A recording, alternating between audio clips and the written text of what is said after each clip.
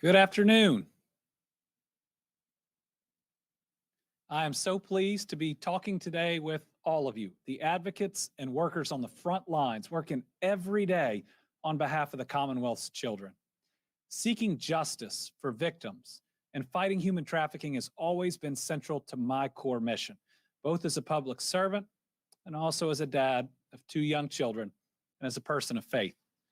The Gospel of Luke tells us children are favored in the eyes of God. It says, "But Jesus called the children to him and said, 'Let the little children come to me and do not hinder them, for the kingdom of God belongs to such as these.'"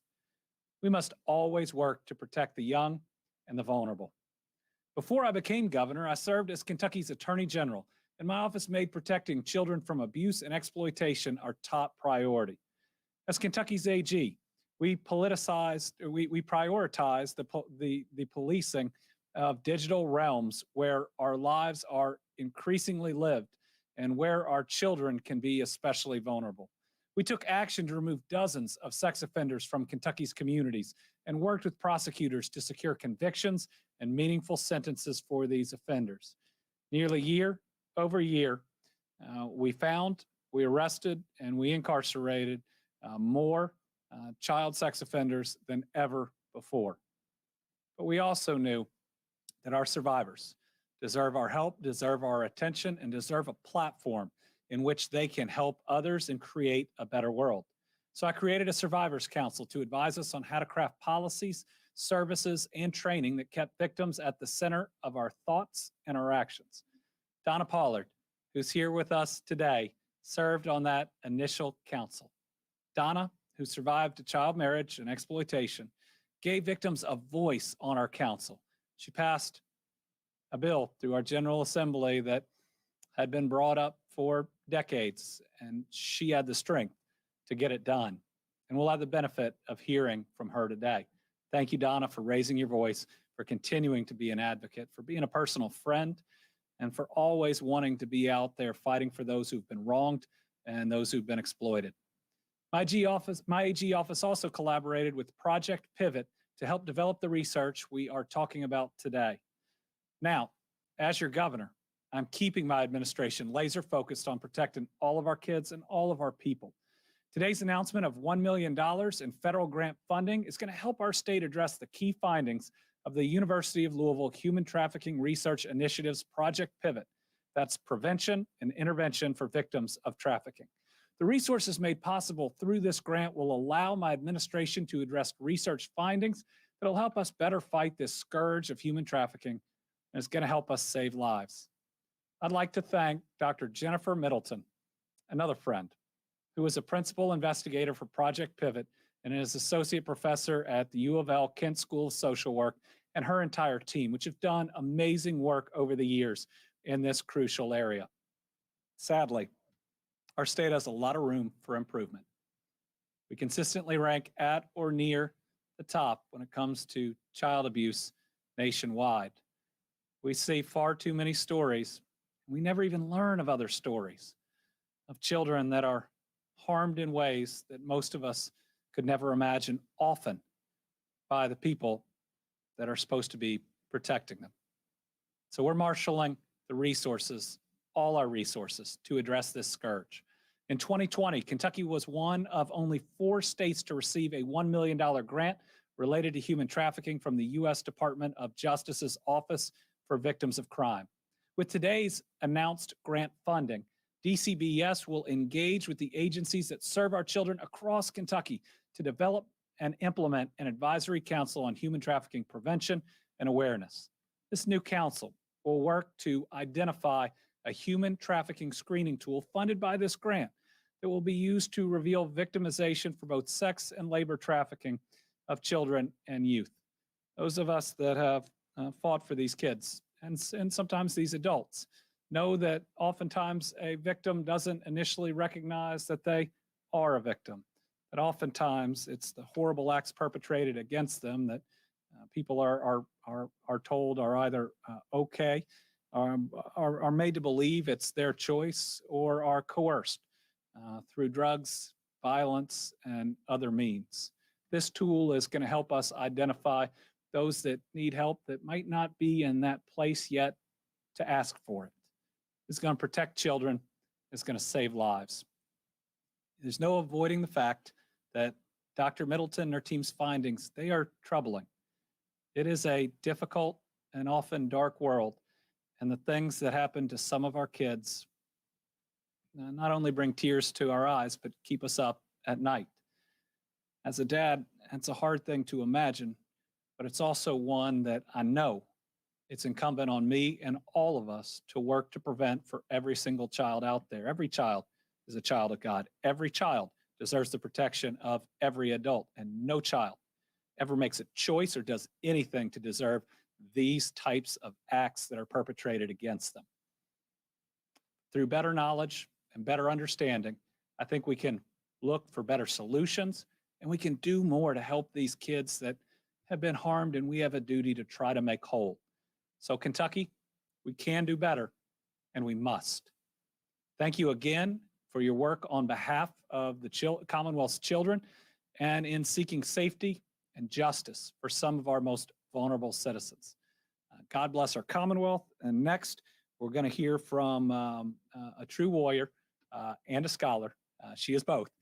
And I'm told we might actually hear or see her dogs because she's coming to us remotely, Dr. Jennifer Middleton. Thank you so much, Governor Beshear. Good afternoon, and it is such an honor to be here today. My name is Jennifer Middleton, and I'm an associate professor at the University of Louisville in the Kent School of Social Work, and I also serve as the director of the University of Louisville Human Trafficking Research Initiative. Last month, we concluded a 2-year-long research study called Project Pivot, which examined child trafficking in the Commonwealth. Project Pivot was funded from a grant through the Kentucky Children's Justice Act Task Force, and it was quite a team effort. So I sincerely want to thank Governor Andy Beshear for his leadership in the fight against human trafficking in Kentucky and working with us on this project, as well as our partners in the Attorney General's office and the Department for Community-Based Services for their collaborative work and effort on this project as well. I also want to thank the other members of our research team, especially Emily Edwards, who is our research manager extraordinaire. And then most importantly, I want to thank the incredible survivors who have worked very closely with us to help inform and shape and support our research. Without them, we would not be here today. With that said, I am going to talk about some just brief results from the 3 different phases of our study. For phase 1, we began with a case review of 698 reported cases of child trafficking over a 5-year period between the years 2013 and 2018. Some of the key findings include that a majority of the cases of child trafficking, approximately 90%, had prior child welfare involvement. The majority of the cases, almost 60%, involved family-controlled trafficking, meaning that a family member, most often in this case, it was a parent or primary caregiver, gave offenders sexual access to the child or the children in exchange for money, drugs, or something else of value.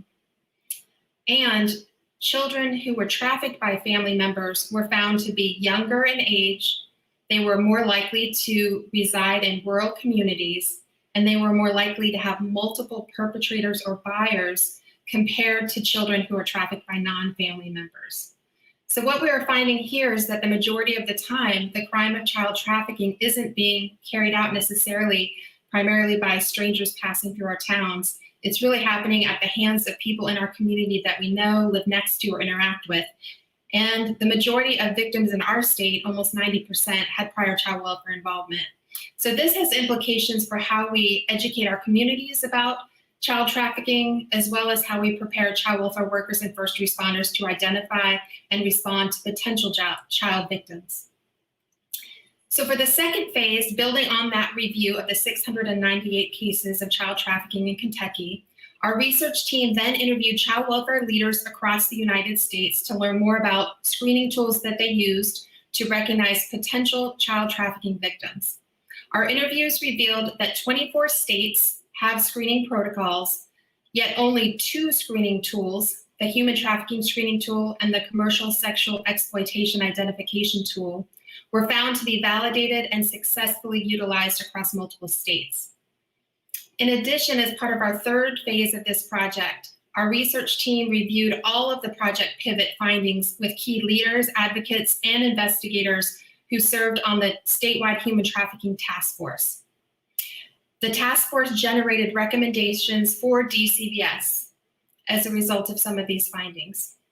Some of their key recommendations included hiring a full-time child trafficking investigator, providing evidence-based trauma-informed training for all child welfare staff and leadership, as well as all subcontract service providers, and creating a statewide multidisciplinary advisory council co-led by survivors with the goal of selecting a statistically validated trauma-informed child trafficking identification tool and protocol. In addition to the recommendations for DCBS, the study also pointed to two key policy recommendations. The first was to tap into existing child advocacy centers as anti-trafficking resources. Findings indicated an increased likelihood of child trafficking cases being confirmed if a forensic interview was conducted at a child advocacy center. So as a result, we recommended regional consultants be partnered with and perhaps housed within our regional child advocacy centers. The second policy recommendation was to hold family members accountable. The study revealed that cases involving family members as traffickers were significantly less likely to be substantiated by DCBS and or founded by law enforcement compared to cases that involve non-relative perpetrators, with only approximately 20% of cases being substantiated or founded. So investigators, advocates, and others reported concerns about family members as traffickers being less likely to be charged or perhaps receiving reduced charges or findings in those cases. Identification of the commercial aspect of the sexual exploitation involved in these cases could allow law enforcement to broaden the scope of the investigation to potentially include buyers of commercial sex. Until more buyers of commercial sex are arrested and charged with criminal offenses, the demand for commercial sex with children will continue unabated. Our motto at the U of L Human Trafficking Research Initiative is data-informed change. So we are particularly excited about the fact that the Project Pivot results will hopefully help the state enhance its efforts in combating human trafficking. However, we know from working alongside survivors of human trafficking and trauma that in order for trauma-informed change to occur, without causing unintended harm to children and families in the process, all change efforts must be led or co-led by survivors. Without the tenacity and resilience and brilliance of local survivor leaders such as Donna Pollard, we would not be here today. Survivors are our most important advisors and warriors in this fight against human trafficking.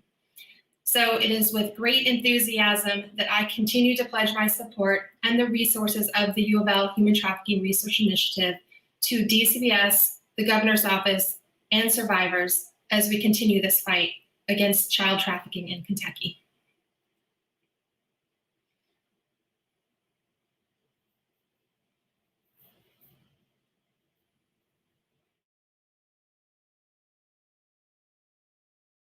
Good afternoon.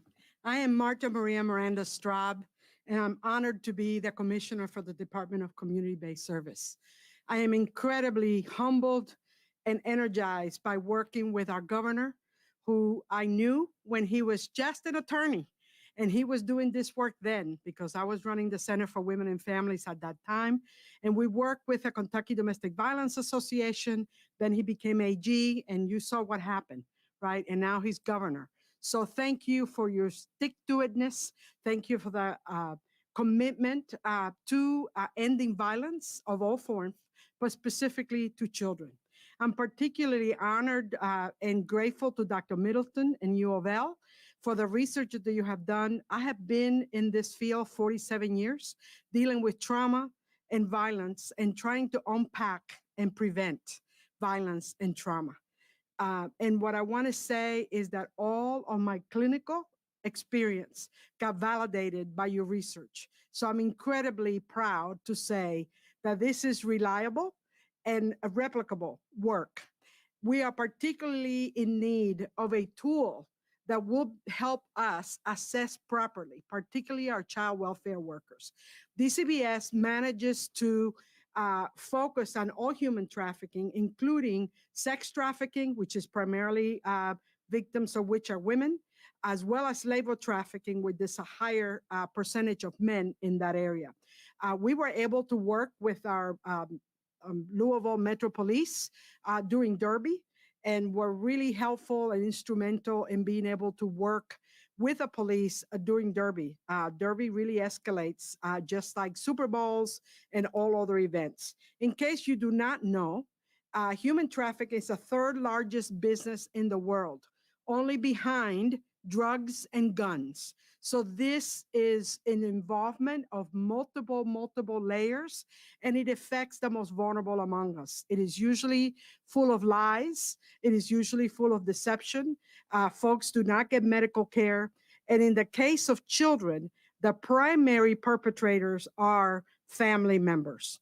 So it is important for our child welfare workers to have an understanding of what human trafficking look like, both in adults and in children, because the folks being trafficked do not realize that they're being trafficked.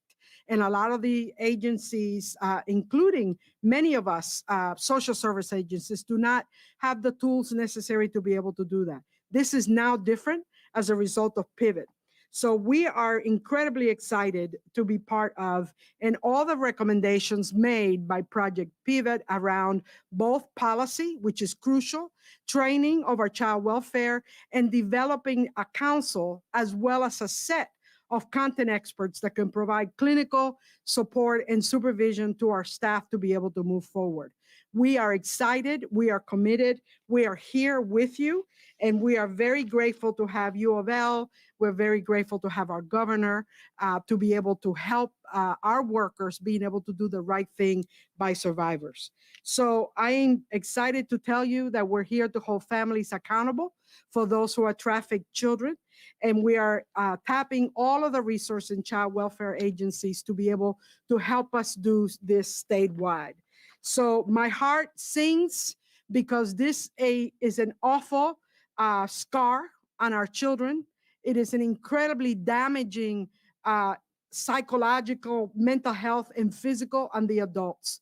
And what gives me hope and breath every day, 47 years later, are survivors who are the experts of their lives and the experts of what it's like to be trafficked and to be abused by those who are supposed to help you. So it is with great honor that I introduce to you my friend and one of our advocates in Kentucky that I'm most proud to sit with, our wonderful Donna Pollard. Please join us.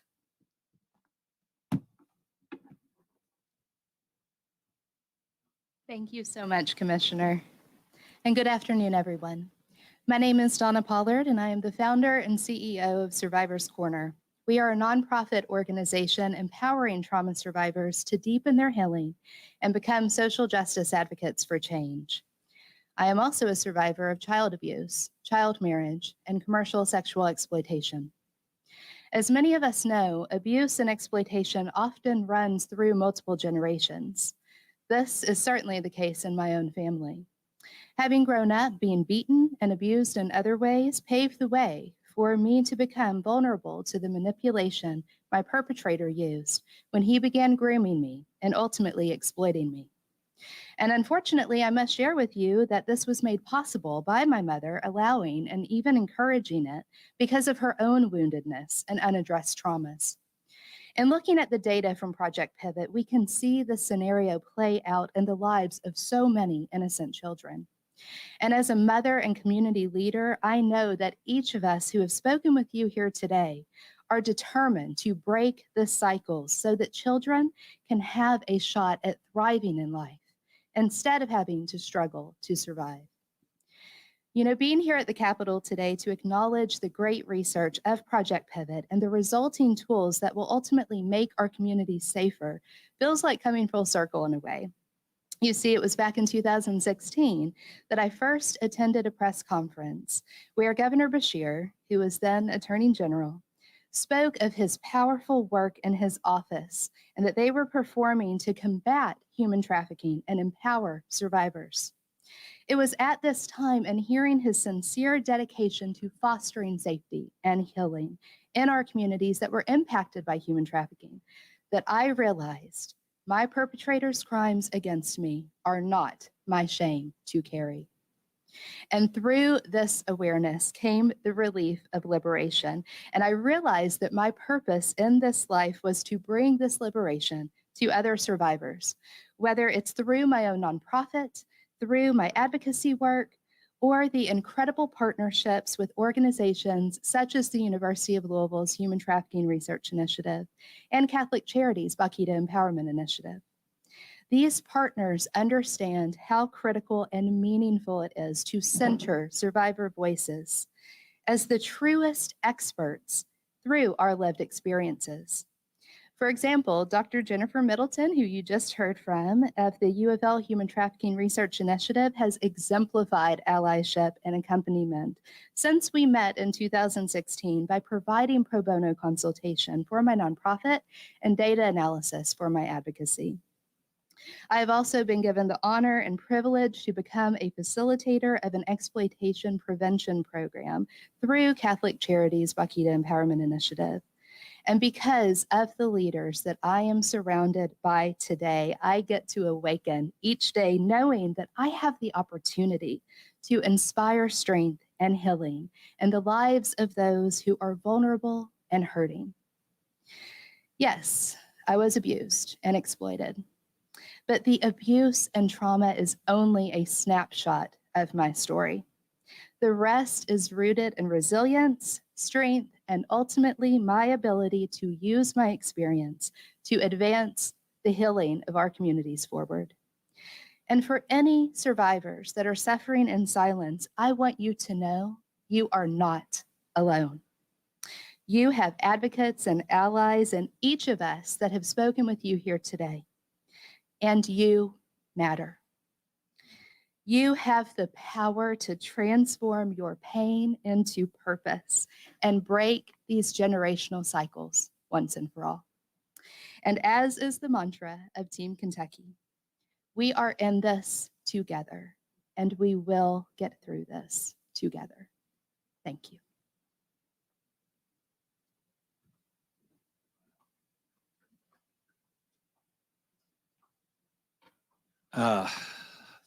Thank you, Donna. Your continued example of tragedy into triumph is something really incredible, is a strength that I don't know how you find, but is a bright, shining light. And I know our other survivor leaders as well who are out there. And I know that there are people that hear you speak and see your story and your strength and realize they can do it too. So thank you for all the lives that you impact.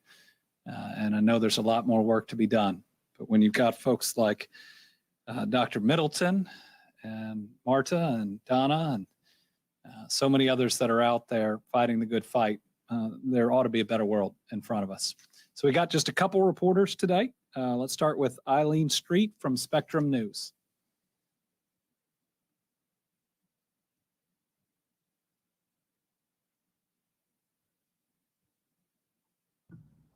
Hey, sorry, I had an issue with the unmuting.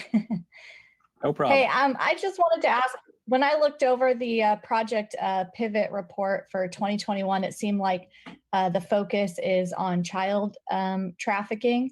And so this $1 million federal funding grant, is that specifically going to be for child trafficking or human trafficking altogether? Let's bring up Marta Miranda. And we're focused on child trafficking today, but let's make sure we're clear that all trafficking is evil, is wrong. It's modern day slavery. It's one where people are coerced with violence, with drugs, or through other means. It is absolutely unacceptable. It happens way too often. Most of us don't recognize it, but it's a duty of every single one of us to do something about it. Commissioner. Thank you for the question.